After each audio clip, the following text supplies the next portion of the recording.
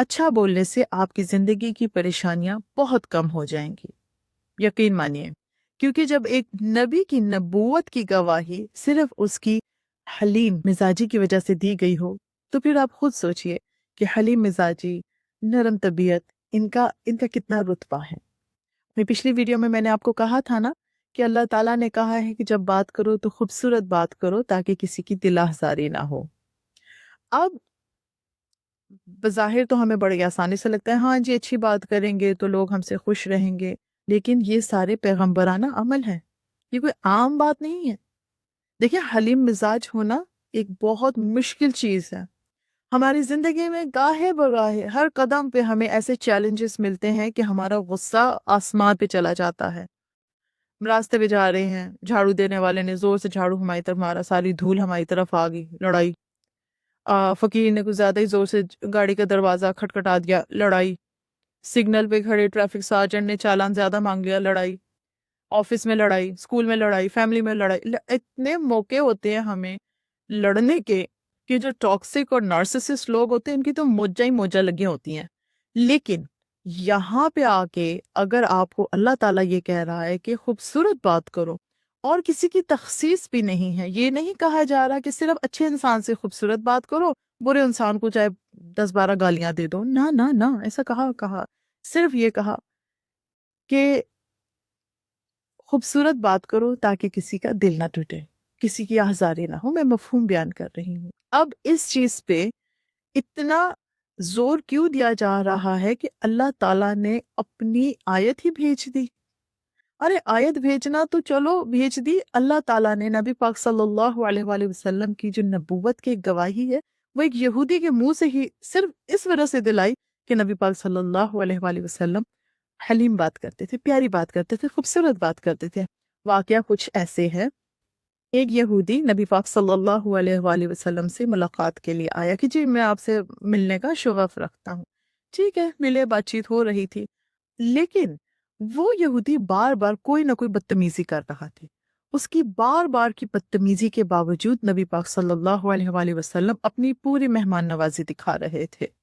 اب اس یہودی کی بدتمیزی قدرے اچنبھے کی بات تھی، اس لیے حضرت عمر خطاب صاحب نے اور حضرت عمر فاروق صاحب نے اس سے سائٹ پہ لے جا کے ذرا سا پوچھا کہ نبی پاک صلی اللہ علیہ وآلہ وسلم سے تم اتنی بدتمیزی کیوں کر رہے تھے جبکہ تم ان سے ملنے آئے ہو، اور تم یہ کہہ رہے ہو کہ تم جانتے ہو یہ سچا نبی ہے، اور اگر یہ سچا نبی ہے تو تم اس کے ساتھ بدتمیزی کیوں کر رہے ہو؟ تو اس یہودی نے کہا کہ گو کہ میں جانتا ہوں کہ یہ سچا نبی ہے، یہ اللہ ہی کی طرف سے آیا ہے، لیکن میں صرف ایک اور بات کی کنفرمیشن کرنا چاہتا تھا، پکیت کرنا چاہتا تھا، اور وہ یہ کہ نبی کے ساتھ یہ ایک ایٹریبیوٹ، ایک خاصیت منسوب کی جاتی ہے کہ وہ حلیم مزاج ہوتا ہے۔ ایک نبی کو یہی خاصیت دی گئی ہے کہ جو اس سے بدتمیزی کرے گا وہ اس کے ساتھ بہترین اخلاق رکھے گا۔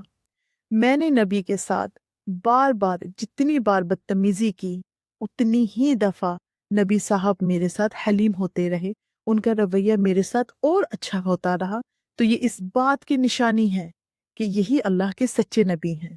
صرف یہ سوچ لیں کہ اپنا اخلاق اچھا رکھنے کا اتنا بڑا اجر ہے، ایک نبی کی نبوت کی گواہی بن گیا یہ۔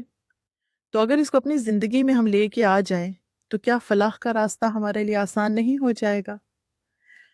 ایک دفعہ کچھ عرصے کے لیے ہی صحیح، مہینہ کر لیں، ہفتہ چھوٹ بھئی 3 دن کے لیے آپ کوشش کر لیں کہ آپ نے ہر بندے کے ساتھ نا انتہائی نرمی سے بات کرنی ہے، حسن سلوک رکھنا ہے، اخلاق بہترین رکھنا ہے۔ Trust me with in 3 days ہر اس بندے کے ساتھ جس نے آپ سے بات کی ہوگی، وہ آپ کی عزت کر رہا ہوگا، اس کا آپ کے بارے میں سوچنے کا زاویہ بدل چکا ہوگا towards positivity۔ جو لوگ ٹاکسک ہوتے ہیں نا، ٹرسٹ میں ان کے بارے میں اللہ تعالیٰ نے قرآن مجید میں لکھا ہے کہ ایسے لوگ، یہ مفہوم ہے اس کا کہ ایسے لوگ ترس کے قابل ہوتے ہیں، یہ دماغی مریض ہوتے ہیں۔ اور وہ لوگ جو حلیم مزاج کے ہوتے ہیں، جن کا اخلاق بہترین ہوتا ہے، نبی کی سنت پہ ہوتے ہیں۔ ہم کیوں ان باتوں کا اطلاق اپنی زندگی بھی نہیں کرتے؟ میں یہاں پہ اسلام کی مبلغہ بن کے نہیں آتی، اللہ مجھے ایسا کرے، لیکن فی الحال میں ایک عام مسلمان عورت ہوں، لیکن میں نے صرف کی ٹو سکسیس کو سمجھ لیا ہے کہ یہ احادیث، یہ آیات اسلام کی اچھی باتیں صرف سننے کے لیے نہیں ہیں، ان پہ عمل کرنا سیکھیے۔ میرا بس پیغام یہ ہے ہر انسان کو، چاہے وہ اسلام پہ یقین رکھتا ہے یا نہیں رکھتا ہے، کہ اسلام کی جو اچھی باتیں ہیں ان کو ایک دفعہ اپنی زندگی میں آزما کے دیکھ لیں۔ اگر اطلاق نہیں بھی کرتے، آزمانے کی حد تک ہی کر لیں کچھ عرصے کے لیے، اور پھر دیکھیں کیا پازیٹیو ریزلٹس نکلتے ہیں۔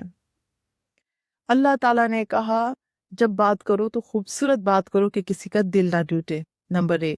نمبر 2، ایک نبی کی نبوت کی گواہی دے دی گئی کہ وہ حلیم انسان ہے، اور یہ جو وصف ہے یہ انبیاء کا وصف ہے، کتنی بڑی بات ہے۔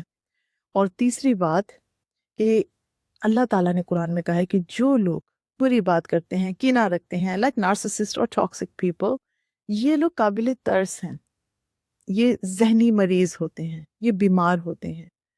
تو اگر آپ بہت جھگڑالو انسان ہیں، ہر وقت لڑنے والے انسان ہیں، ہر وقت غصے میں رہنے والے انسان ہیں، لوگ آپ سے بات کرتے ہوئے ڈرتے ہیں، ماں اپنے بیٹے سے خرچہ مانگتے ہوئے ڈرتی ہے، بیوی اپنے شوہر سے روزانہ کا خرچہ مانگتے ہوئے ڈرتی ہے کہ اس نے آگے سے 4 سنا دینی ہے، اس کا مطلب ہے قرآن کے لحاظ سے تو آپ دماغو مریض ہیں، آپ قابل ترس ہیں۔ لیکن اگر آپ نرم مزاجی سے بات کرتے ہیں، آپ حلیم ہیں، آپ خوبصورت بات کرتے ہیں، آپ بات کرنے سے پہلے یہ سوچ لیتے ہیں کسی کی دل آزاری تو نہیں ہوگی، تو آپ تو انبیاء کے اوصاف اپنائے ہوئے ہیں، فلاح ہی فلاح۔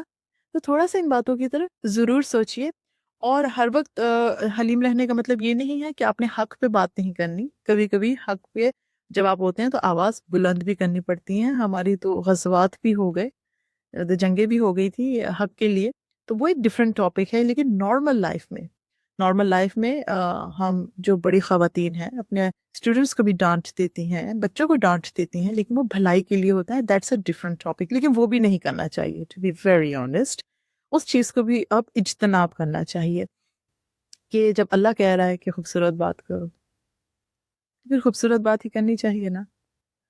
اور اس خوبصورت بات کو سن کے اگر اس کو آپ سبسکرائب کر کے شیئر کر دیں گے نا، اور ایک چھوٹا سا لائک دے دیں گے، اتو سا، تو گناہ نہیں ہو جائے گا۔ ٹھیک ہے، خوش رہیے، خوش رکھیے، اللہ حافظ۔